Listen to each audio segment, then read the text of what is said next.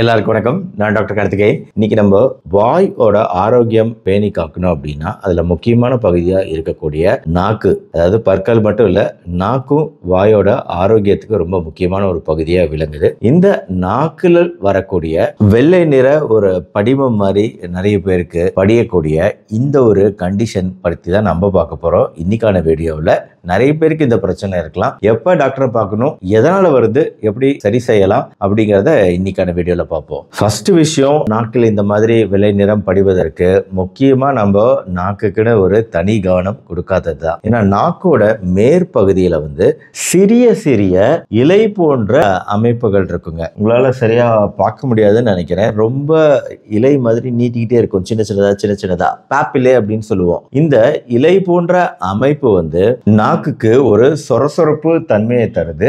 இதுதான் சுவை அரும்புகளும் கூட. நம்ம சுவையை உணர்றதுக்கு காரணமான விஷயமும் அதே பாப்பிலா தான். இப்போ வாய்ப்பகுதி சுத்தம் இல்லாமல் இருப்பது, ஏதாவது தொற்று கிருமிகள் இந்த நாக்கில் படிவது, அழுக்கு படிவது போன்ற காரணங்களால இந்த பாப்பிலாங்கிற சிறிய சிறிய அந்த இலை அரும்புகள் மாதிரி இருக்கக்கூடிய பகுதி பெருசாகும். அது பெருசாச்சுன்னா என்ன ஆகும், நாக்கின் மேற்புறத்தில் அது சொரசொரப்பு தன்மையை அதிகப்படுத்துற மாதிரி கொஞ்சம் பெருசாகுது. இதான் ஆங்கிலத்துல ஹைப்பர் டிராஃபி அப்படின்னு சொல்லுவாங்க. பெரிதாக இப்போ இந்த மாதிரி பெருசாகும் போது சின்ன சின்ன அரும்புகள் தானே, இதுக்கு இடையில போய் ஈஸியா அழுக்குகள் போய் சிக்கிக்கக்கூடிய வாய்ப்பு அதிகமாகுது. இப்போ தொற்று கிருமிகளோ அழுக்கு படிதலோ இது மேலும் மேலும் இந்த வெள்ளைப்படிதல் அப்படிங்கிறது அதிகப்படுத்திக்கிட்டே போகுது. ஏன்னா நாக்கின் மேற்புறத்தில் இருக்கக்கூடிய இந்த பாப்பிலா வளர்றதுனால. அதே சமயம் இன்னொரு விஷயம் இருக்கு. அதாவது நாக்கில் யூனிஃபார்மா முதல்ல காமிச்ச மாதிரி எல்லாம் அப்படியே படர்ந்து அந்த வெள்ளைப்படிதல் இல்லாம திட்டுத்திட்டா அங்கங்க ஒரு வரைபடம் போல நம்ம நாக்கு இருக்கு அப்படின்னா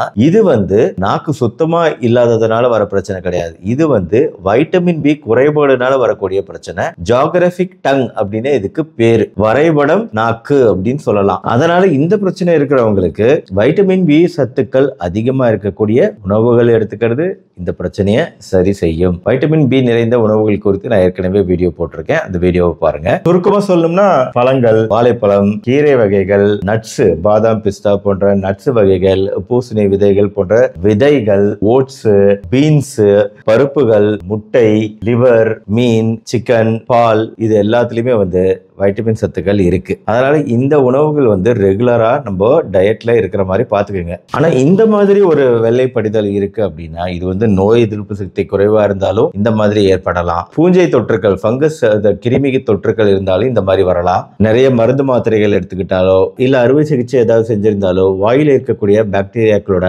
அளவு குறைந்து வாயில் அந்த வறட்சி உண்டாகி இதனால இந்த பிரச்சனை ஏற்படலாம். சில சமயம் பால்வினை நோய்களும் இந்த மாதிரி வெள்ளைப்படிதல் ஏற்படுறதுக்கு ஒரு காரணமாக இருக்கலாம். ஆனா இது எல்லாமே குணப்படுத்தக்கூடிய விஷயங்கள். ஒருவேளை நீண்ட நாட்கள் இதே மாதிரி இருக்கு அப்படின்னா தான் அது வலி இல்லாம இருக்கு, நீண்ட நாட்கள் இப்படி இருக்கு, நாக்கை சுத்தப்படுத்துதல், நாக்கின் ஆரோக்கியத்தை நம்ம பாதுகாத்தல் போன்ற எப்படி பண்றதுக்கு பின்னாடி சொல்றேன். இதெல்லாம் பண்ணினாலும் கூட இப்படியே இருக்கு அப்படின்னா தான் நம்ம பயப்படணும். அது ஒரு புற்றுநோயோட அறிகுறியா இருக்கலாம்ங்கிறதுனால. ஏன்னா நீங்க என்ன சுத்தமா வச்சுக்கிட்டாலும் அது போகவே மாட்டேங்குது அப்படின்னா தான் நீங்க பயப்படணும். இன்னொன்னு, நாக்கை சுத்தப்படுத்தும் போது ரத்த கசிவெல்லாம் ஏற்படுத்த அப்படின்னாலும் கண்டிப்பா டாக்டரை அணுகணும். புற்றுநோயை தவிர மற்ற விஷயங்கள் எல்லாமே பொதுவா நம்ம நல்லா தண்ணீர் குடித்து காலையில் பிரஷ் பண்ணும்போது நாக்கை சேர்த்து சுத்தப்படுத்துதல் அப்படிங்கிற விஷயத்த பண்ணினாலே நம்மளுக்கு பல பிரச்சனைகள், முக்கியமா இந்த மாதிரி வெள்ளையா படிதல், அந்த பாப்பிலா எல்லாம் பெருசாகி உணவு படிஞ்சு அதெல்லாம் எதுவும் ஏற்படாது. தொற்றுக்குள்ளும் ஏற்படாம நம்மளால பாதுகாத்துக்க முடியும். இப்போ இதுக்கு நம்ம மெட்டல் டங் கிளீனர் தான் இதுக்கு உபயோகப்படுத்தணும் அப்படிங்கிற அவசியம் கிடையாது. ஏன்னா இந்த டங் கிளீனர் வச்சு ரொம்ப அழுத்தி நம்ம செய்யும்போது நான் சொன்னேன் இல்லையா, அந்த சின்ன சின்ன அரும்புகள், அந்த இலைகள், பாப்பிலாவை நம்ம டேமேஜ் செய்யற மாதிரி ஆகிறதுனால. இன்னொரு விஷயம் அந்த டங் கிளீனரை எந்த இடத்துல வைக்கிறோம் அப்படிங்கறது, அது சுத்தமா கரெக்டா நம்ம பராமரிக்கிறது கிடையாது. அதனாலேயே இன்ஃபெக்ஷன் வர அளவுக்கு நம்ம ஏதாவது ஒரு மூலையில போட்டு வச்சிருப்போம். அதே எடுத்து சும்மா கழுவிட்டு நம்ம அதை கிளீன் பண்றது அப்படிங்கிறது நம்மளுக்கு வேண்டாம். அதை விட பிரஷ் நம்ம ப்ராப்பரா தான் வச்சிருப்போம். அப்ப அந்த பிரஷ் நம்ம எப்போ நிக்க வச்சுதான் வச்சிருப்போம் நம்ம பாத்ரூம் ட்ரேல. அந்த பிரஷ்ஷாலேயே, அதாவது நம்ம எல்லாருமே ரெக்கமெண்ட் பண்ணக்கூடியது ஹார்டு, மீடியம் சாஃப்ட், சாஃப்ட் அப்படின்னு அந்த பிரிசில்ஸ் இருக்கு இல்லையா, அந்த பிரஷோட, டூத் பிரஷோட பிரிசில், அந்த நார்கள் அது ரொம்ப சாஃப்டா இருக்கிறத தான் பயன்படுத்தணும் அப்படின்னு நம்ம சொல்றோம். அந்த சாஃப்ட்னஸே போதும். நம்ம பற்களை பிரஷ் பண்ணி முடிச்ச உடனே நாக்கு பகுதியுமே அதே பிரஷாலேயே லைட்டா பிரஷ் பண்ணி விட்டாலே நம்மளுக்கு தேவையான சுத்தப்படுத்துதல் நடந்துரும். சில பிரஷ்கள்ல அந்த பிரிசிலுக்கு பின்னாடி இருக்கக்கூடிய அந்த பிளாஸ்டிக் பகுதியில கொஞ்சம் சொரசொரப்பா வச்சிருப்பாங்க. அந்த சொரசொரப்பான பகுதியை வச்சு பிரஷை திருப்பி நம்ம நாக்கு மேல தேய்ச்சாலும் நம்மளுக்கு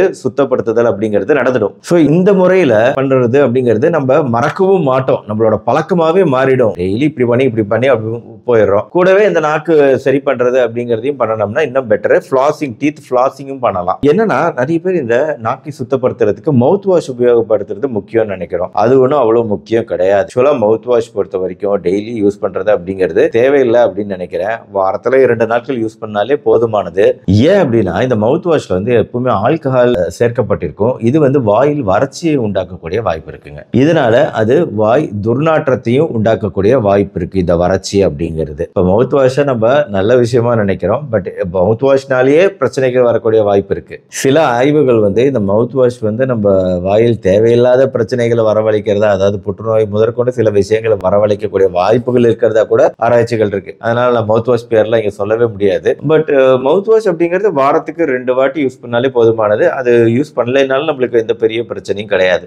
ஆனா பல் பிரச்சனைக்கு நீங்க வேற ஏதாவது பல் மருத்துவரை அணுகிறீங்க, அவங்க யூஸ் பண்ண சொல்றாங்க அப்படின்னா, ஒரு குறிப்பிட்ட பிரச்சனைக்காக யூஸ் பண்ண சொல்றாங்கன்னா அப்ப அந்த பிரச்சனை தீர்ற வரைக்கும் நீங்க யூஸ் பண்ணணும். ஏன்னா மருத்துவரோட ஆலோசனை இது. ஆனா அதுக்கப்புறம் நம்ம தொடர்ந்து அதை பயன்படுத்தணுங்கிற அவசியம் ஏற்படாது.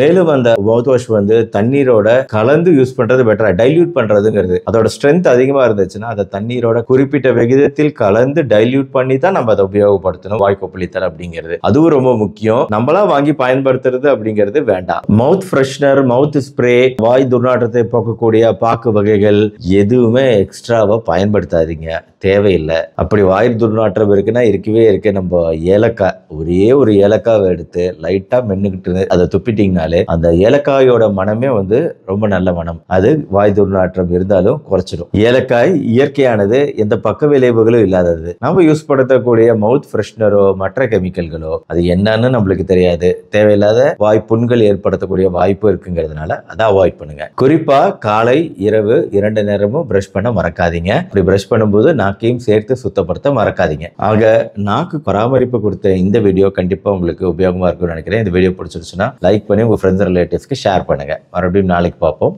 நன்றி, வணக்கம்.